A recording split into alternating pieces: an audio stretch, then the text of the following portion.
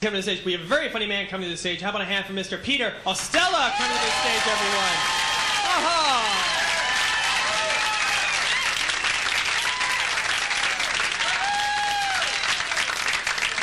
All right.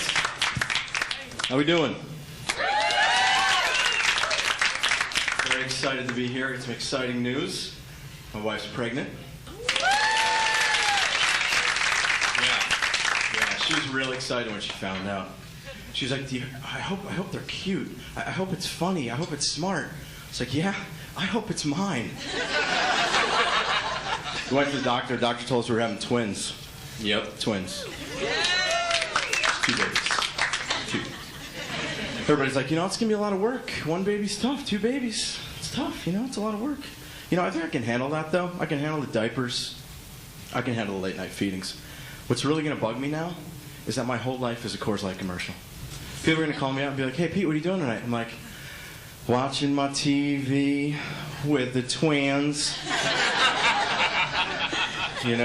I think my wife wants 2 girls, too. The other day, she was like, oh, that would be so cute. I would love to see you with 2 girls. It's like, yeah, me too.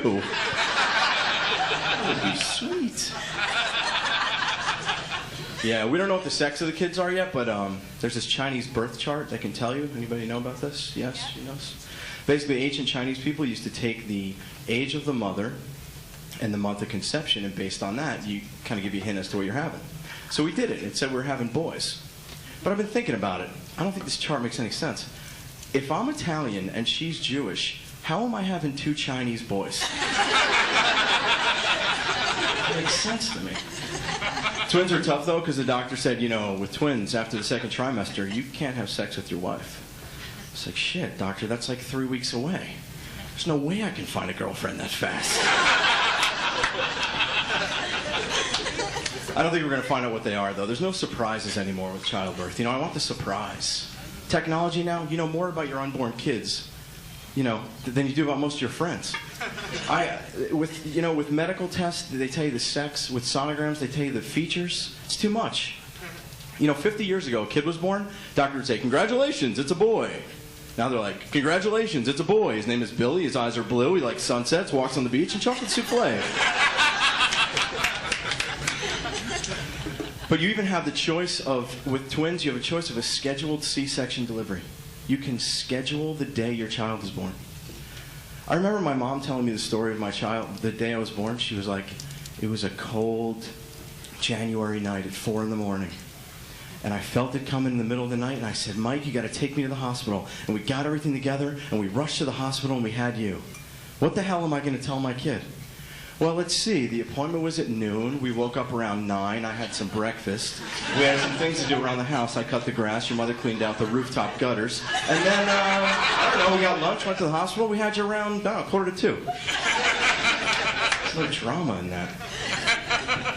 So I feel really bad for kidnapped missing people, It's bad enough you're kidnapped, but there's a good chance you had no say in what picture is plastered all over the news. They just put whatever picture. Yeah, this one looks good. That's my worst nightmare. I hate every picture ever taken of me. My luck, I'd be kidnapped somewhere, catch a glimpse of the news like, oh man, they used the New Year's Eve picture? I'm pale, I have a double chin, and I look wasted. Or the worst is when they use one of those posed pictures, from Sears. So it's like, great, now how is anyone going to find me? I have to walk around all day like this. Miserable.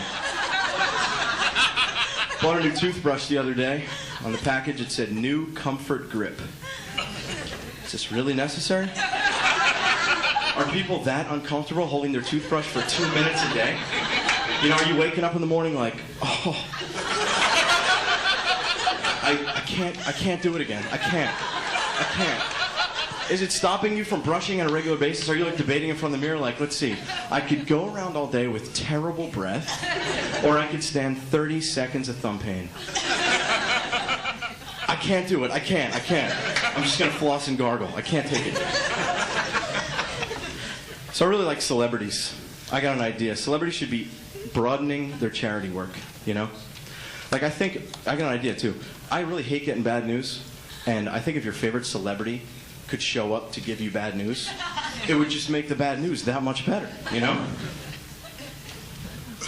So, like, you get this call that your dog, you know, got hit by a car, and Tony Soprano comes out to tell you, you know? So you walk out, you're like, Mr. Soprano, what happened? See, there's this thing about your dog. Yeah, well, what is it? Some Stuttgart seem to have backed into him with his SUV. Is he going to be okay? Let's put it this way. Remember when he used to play dead? Let's just say he perfected the part. Or you get a call, your house burned down, and you're like, oh, crap, now what? And you get there, and Christopher Walken comes out of the back, you know, with a fire hat on. He's like, so, little man, here's what went down. There was a fire, see, and the house, it burned down to the ground, and it's gone. That's it. There's no more house. That'd be funny. Or, you know, your girlfriend breaks up with you, but, you know, it would suck if she went and broke up with you, but it'd be really cool if she sent Hannibal Lecter. You know, you walk in the room and he's just standing there. He's like, well, well, well. Seems like there's trouble in paradise, isn't there? Your precious little girl has taken a liking to your best friend. He's banging her, you see.